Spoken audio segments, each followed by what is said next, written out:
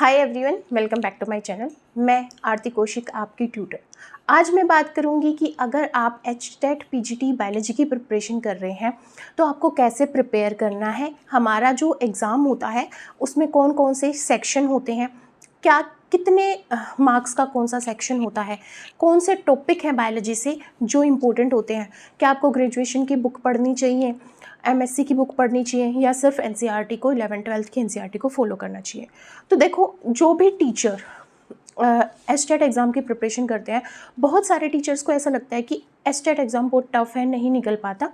इसी वजह से मैंने ये वीडियो बनाने का सोचा कि मेरे को भी अपना एक्सपीरियंस शेयर करना चाहिए, मेरे को भी स्ट्रेटजी शेयर करनी चाहिए अपने व्यूवर्स के साथ, ठीक है। और मेन रीज़न ये रहा कि मैं भी वर्किंग हूँ, मैं भी एक हाउसवाइफ हूँ और मैं भी साथ में प्रिपेयर करती हूँ, वीडियो भी बनाती हूँ। मतलब मेरा खुद का यूट्यूब चैनल भी है जिस पे मैं कॉन्टीन्यूसली वीडियोस बनाती हूँ। तो ये बहुत हैक्टिक हो जाता है और हम कई बार इतने कंफ्यूज हो जाते हैं कि हम क्या करें, क्या छोड़ें, ठीक है। और कुछ लोगों के तो बच्चे भी होते हैं, किसी का एक छोटा बेबी भी हो सकता है, कोई प्रेग्नेंट भी हो सकता है, कि क्योंकि लेडीज़ की लाइफ में कैरियर और रिप्रोडक्टिव एज दोनों क्लैश करती हैं, दोनों साथ साथ चलती हैं। तो इसीलिए मैंने सोचा कि मेरे को ये वीडियो बनानी चाहिए।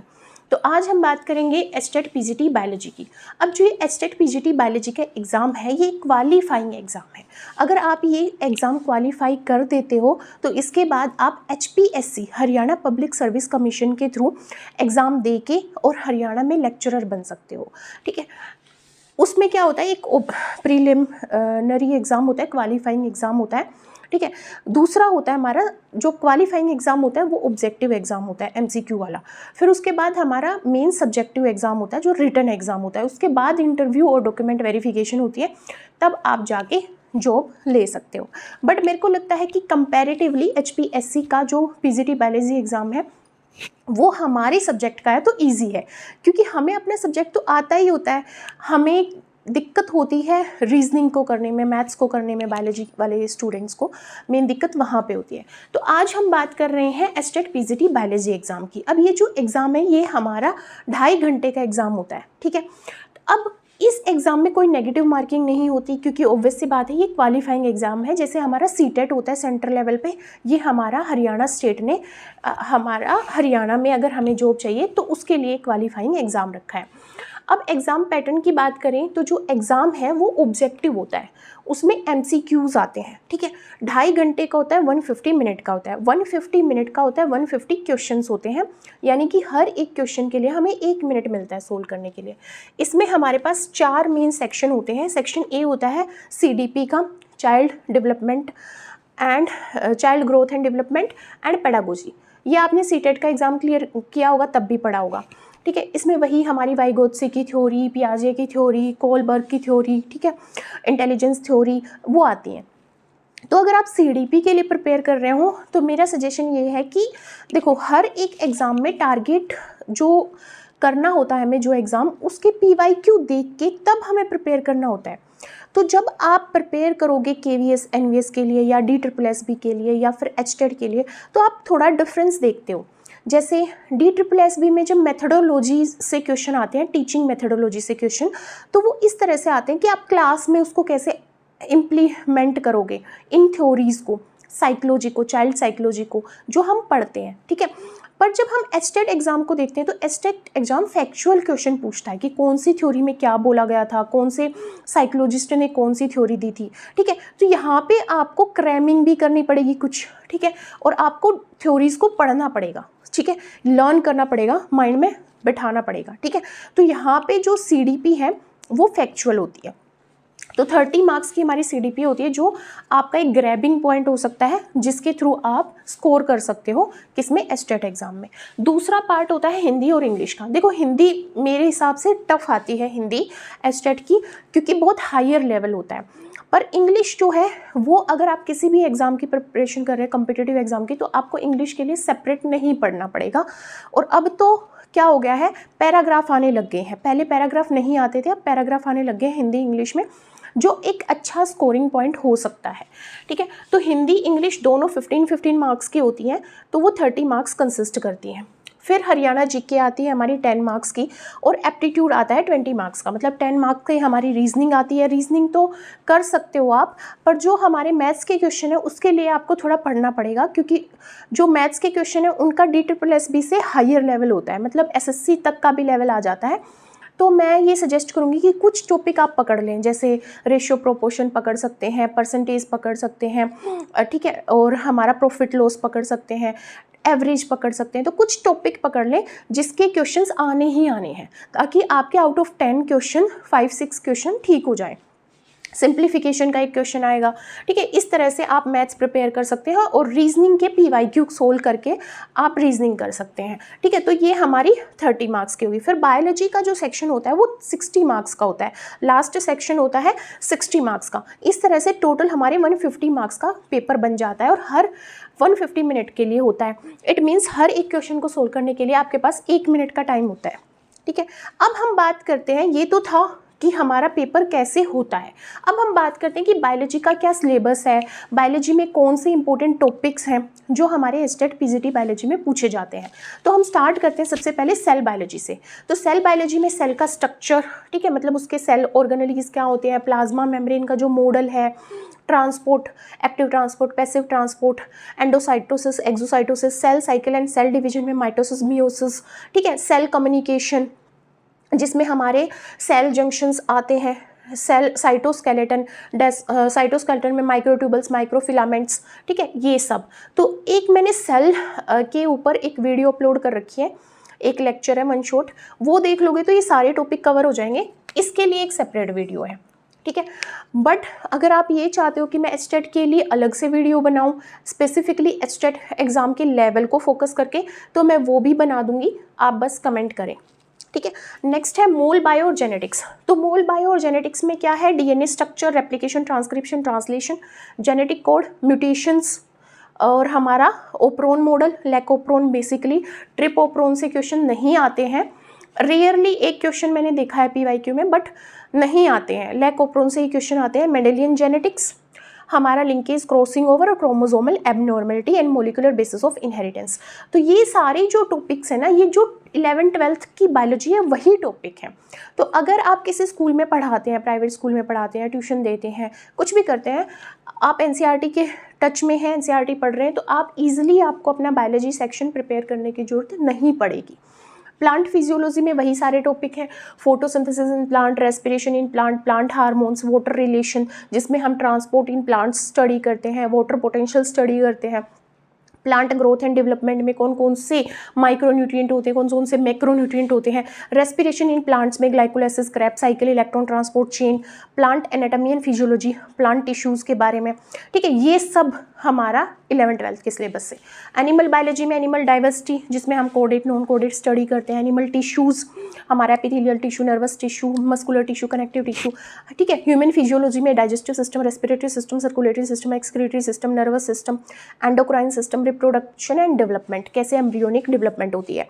इसी तरह इकोलॉजी एंड इवोल्यूशन, इकोसिस्टम पढ़ना है, food chain, food web, ecological pyramids, ठीक है, पॉपुलेशन इकोलॉजी, कम्युनिटी इकोलॉजी में biodiversity, conservation, evolution, natural selection, speciation, ये सारे टॉपिक, ये सारा जो सिलेबस है ये 11th-12th की NCERT से है।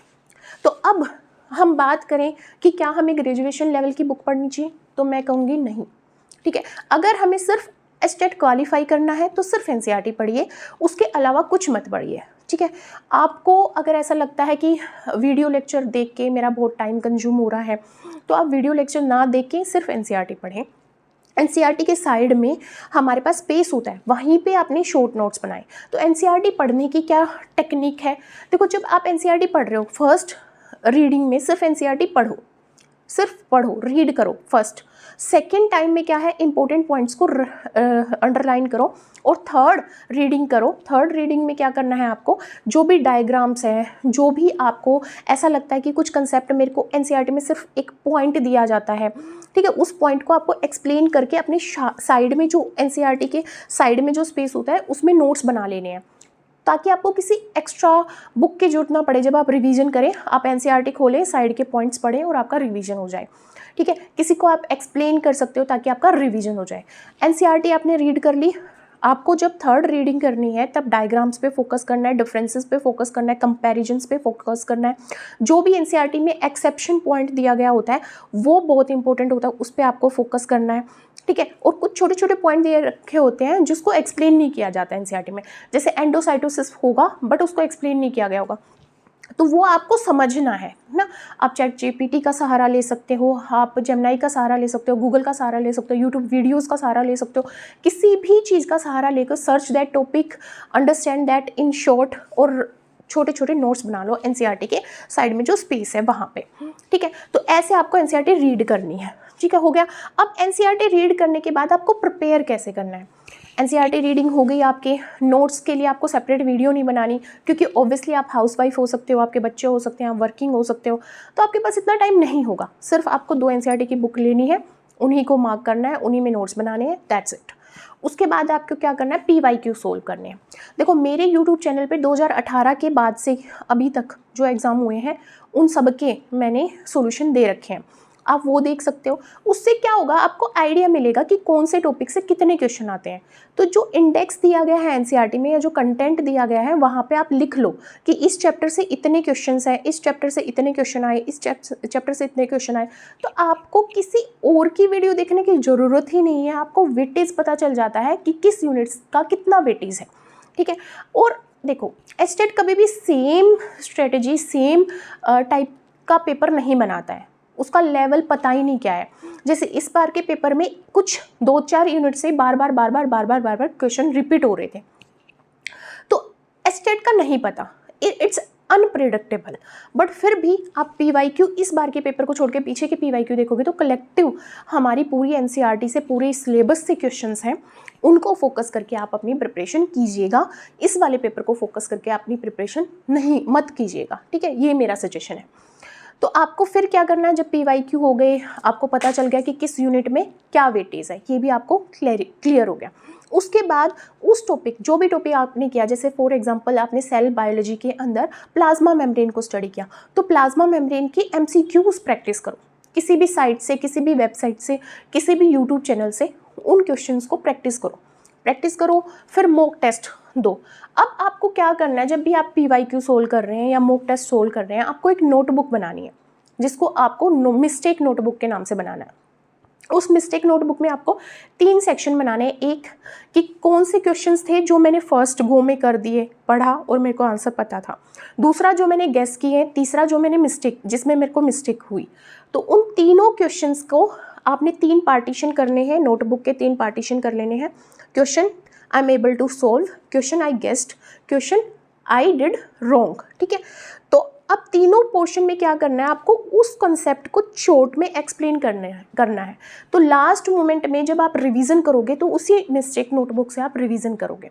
आपको कुछ, क्योंकि आप एनसीईआरटी ऑब्वियसली 2 एनसीईआरटी को आप 1 दिन में 2 दिन में रिवाइज नहीं कर पाओगे, being a working women and being a housewife, क्योंकि आप चाहे IAS ऑफिसर हो, बीइंग ए वुमेन आप हमेशा एक हाउसवाइफ रहोगे, आपको कुकिंग करनी ही पड़ेगी अपने लिए, क्लीनिंग के लिए आप मेड रख सकते हो, ठीक है। तो मेरा सजेशन है कि उस मिस्टेक नोटबुक से आप रिवाइज करो। अब देखो कुछ लेडीज़ होती हैं जो हाउसवाइफ होती हैं, जिनके पास हो सकता है कि 5 to 6 आवर्स हों एक दिन में प्रिपेयर करने के लिए, बट अगर आपके पास नहीं है, आप वर्किंग हो या आपके छोटे बच्चे हैं, तो आपके पास 3 घंटे तो होंगे प्रिपरेशन के लिए। तो हम 3 घंटे में कैसे प्रिपेयर कर सकते हैं कि 1 घंटा हम कंसेप्ट क्लियरिटी को देंगे। जैसे जब बच्चे सो रहे हों या जब सब घर में सो रहे हैं, तो सुबह अर्ली मॉर्निंग का आप टाइम चूज़ कर सकते हो या लेट नाइट का टाइम आप चूज़ कर सकते हो, जो भी आपके लिए सूटेबल है। उस 1 घंटे में आप कंसेप्ट रीड करो। उसके बाद 45 मिनट लो, जैसे आप खाना बना रहे हो, रोटियां बना रहे हो, उस टाइम पे वीडियो आगे ऑन करो उस टॉपिक। जैसे फॉर एग्जांपल मैंने पढ़ा है डाइजेशन, तो डाइजेशन के मैं MCQs, चाहे वो नीट के हैं, चाहे वो किसी मतलब journal PGT biology entrance exam के हैं, वो वीडियो चला के रख लो। तो वो सामने वाला टीचर भी बोलता रहेगा, आप अपना काम करते रहोगे, आपके माइंड में चलता रहेगा कि हाँ इसका ये आंसर है, इसका ये आंसर है।